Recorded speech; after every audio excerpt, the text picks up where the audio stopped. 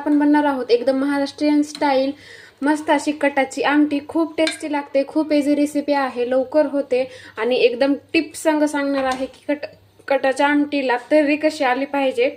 तर चला स्टार्ट करूयात। आमटी बनवण्यासाठी इथे जे आहे तेही घेतलेली आहे मी डाळीचे जे पाणी असतं आपल्याला आमटीसाठी जे लागतं ते। तर काय केलं होतं मी, हरभऱ्याच्या डाळीचं आहे हे।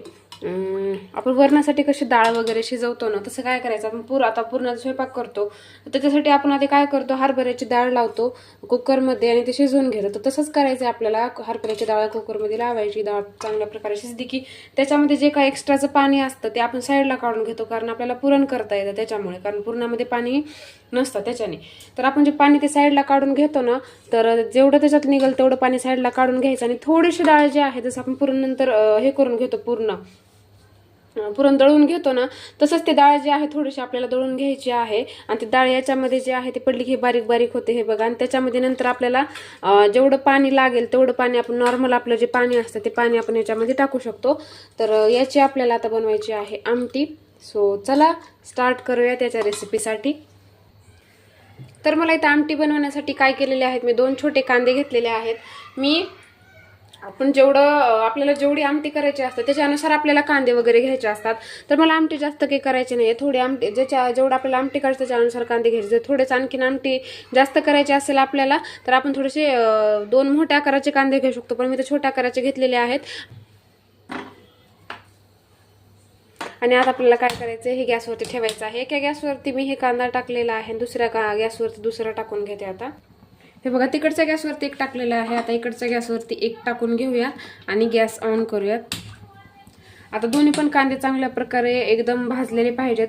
मी तुम्हाला दाखवेन नंतर की कसे भाजलेले पाहिजे। ते पूर्ण वरचा जे छिलका असतो तो पूर्ण जे आहे ते ब्लॅक एकदम काळा असा होऊन जातो, म्हणजे मध्यपर्यंत जे आहे ते आपला कांदा भाजला पाहिजे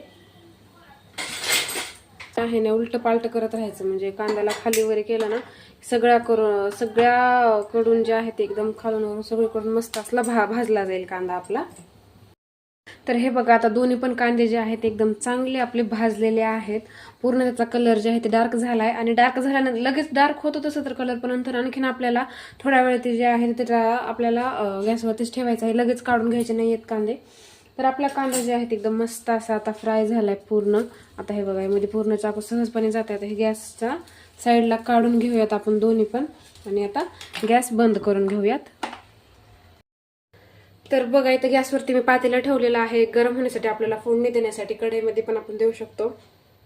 आणि ते प्लेटमध्ये घेतलेला आहे मी वाढलेला लसूण घेतलेला आहे। जे कांदा आपण भाजून घेतलेला होता त्याचं वरचं जे देठ वगैरे असतं हे बघा, हे वाला जे असतं हे काढून घेतलं मी आणि कांदा जे आहे ते बारीक खलबत्त्यामध्ये चांगल्या प्रकारे वाटून घेतला। खोबरं पण चांगल्या प्रकारे दळून घेतलेलं आहे मिक्सरमध्ये। कोथिंबीर घेतलेली आहे इथं थोडीशी कट करून आणि कढीपत्ता घेतलेला आहे। आता काय करायचं, आपल्याला पातेलं चांगलं कडक गरम होऊ द्यायचं आहे आणि त्याच्यामध्ये नंतर आपल्याला ऍड करायचं आहे तेल। आणि तेल एवढं टाकायचं की आपला कांदा जे आहे आपला जे आहे खोबरं चांगल्या प्रकारे त्याच्यामध्ये परतवलं पाहिजे। थोडंसं जास्त तेल टाकलं, कारण कटाची आमटी आहे, मस्त अशी तर्री आली पाहिजे त्याला, त्याच्याने थोडंसं जास्त तेल घेतलेलं आहे मी। तेल पण चांगलं आता आपल्याला कडक गरम होऊ द्यायचं आहे। तर बघा, तेल आपलं चांगलं कडक गरम झालं, त्याच्यामध्ये टाकायची आहे आपल्याला मोहरी चांगली तडतडू द्यायची।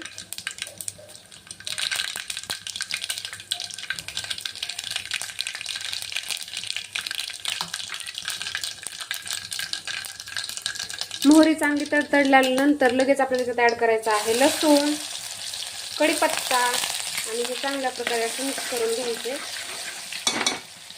लगेच याच्यामध्ये आपल्याला टाकायचं आहे खोबरं, जे आपण दळून घेतलेलं होतं मिक्सरमध्ये, ते खोबरं टाकून घ्यायचे आणि खोबरं चांगल्या प्रकारे त्यात मिक्स करायचे। खोबऱ्याचा कलर जे आहे तो छान असा चेंज झाला पाहिजे आणि मस्त असा त्याचा सुगंध घरभर पसरला पाहिजे, चांगला मस्त असं गोल्डन ब्राऊन होईपर्यंत खोबरं आपल्याला परतून घ्यायचं।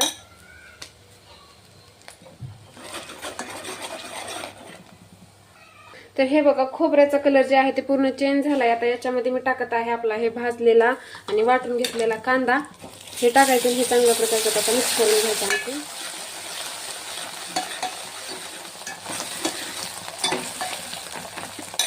हे झाल्यानंतर इथं घेतलेलं आहे प्लेटमध्ये मी 1 चम्मच आपलं घरगुती जे वाटण असतं काळं वाटण, ते वाटण घेतलेलं आहे आणि 1 चम्मच अंबारी मसाला घेतलेला आहे।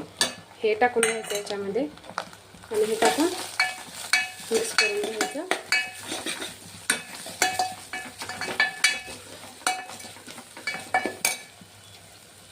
थोडीशी कोथिंबीर आता टाकलेली आहे, म्हणून बाकीची कोथिंबीर नंतर टाकायची आपल्याला, म्हणजे कोथिंबीरचा छान असा फ्लेवर याच्यामध्ये उतरतो आमटीमध्ये.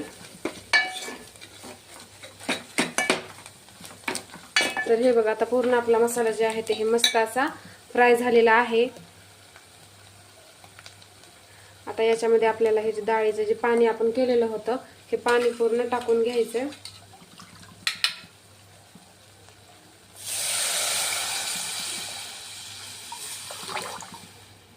हे बघा टाकून घेतलेलं आहे मध्ये. आता काय करायचं, वरतून छान थोडीशी अशी मस्त कोथिंबीर टाकायची आणि जोपर्यंत या आमटीला छान अशी साईडने अशी उकळी येत नाही ना तोपर्यंत आमटीला आपल्याला थोडंसं पण हलवायचं नाही, थोडं पण ढवळायचं नाही, जेणेकरून तरी नाही येणार. खूप जणांची तरी येत नाही आमटीला वगैरे म्हणा, वरणाला म्हणा, कशाला पण. तर ते तुम्हाला एक टिप देते आज मी.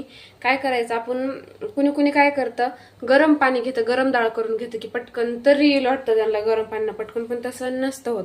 काय करायचं, आपलं नॉर्मल पाणी जे घेतो आपण पिण्यासाठी वगैरे तेच पाणी ऍड करायचं, त्याच पाण्यात डाळ घोटायची. आणि जेव्हा पण आपण याच्यामध्ये टाकताल डाळ वगैरे, जोपर्यंत त्याला साईडने छान अशी उकळी येत नाही ना तोपर्यंत आपल्याला काय करायचं, त्याला थोडं पण हलवायचं नाही. म्हणजे कसं, ते खालून जेवढं तेल वगैरे जेवढा मसाला आहे ते छान असा वरी येतो आणि त्याला तरी येते. तर हे आहे त्याची टिप, तरी येण्याची. आणि हलवायचं नाही, थोडं पण ढवळायचं नाही, टाकलं तसं ठेवायचं. मी थोडं पण हलवलेलं नाही, तुम्ही बघितलेलं आहे. तर बघा साईडने आता छान उकळी येत आहे. आणखीन थोड्या वेळ आणखीन ठेवूयात, छान अशी उकळी का मग ढवळायचं. मग मीठ वगैरे टाकायचं आपण त्याच्यामध्ये नंतर चवीनुसार.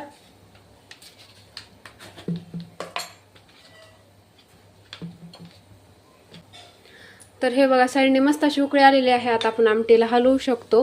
तर छान अशी तर्री पण येते आमटीला, एकदम टेस्टी पण लागते आमटी.